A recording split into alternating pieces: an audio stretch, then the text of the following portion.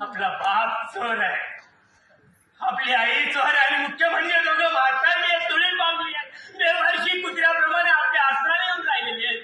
त्यांच्या तोंडावर कधी 4 रुपयाचा शेण फेकलं तर ते काय वाकडे करताय? सरकार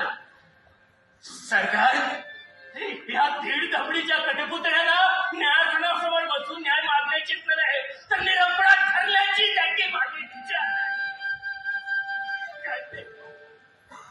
कारण मराठी रंगभूमीचा सार्वभौम राजा गणपतराव बेलवंत, गणपतराव जोशांचा पट्ट शिष्य,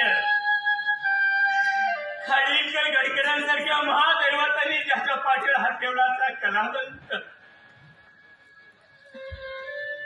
लक्षावधी रसिकांच्या श्रीमंतरी भाऊ राहिला गणपतराव. त्याची तू अशी विटंबना करतेस? तो तुझा बाप झाला म्हणून, त्याच्याकडे पैसा नाही म्हणून तो म्हातारपणानं असहाय्य झालाय.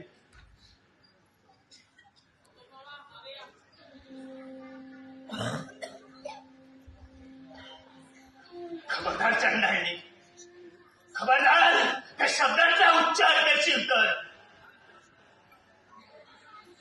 माझं एक लाडकं कोकरू होतं पण आता कुठे येते? कुठे आहे ते? कोकरासारखी मुलगी होती, सशासारखा मुलगा होता, पण माझे ते कोणीच नव्हते. अरे आवाज पाठीवर घेणाऱ्या ते लाडचंपा त्यासाठी कोणी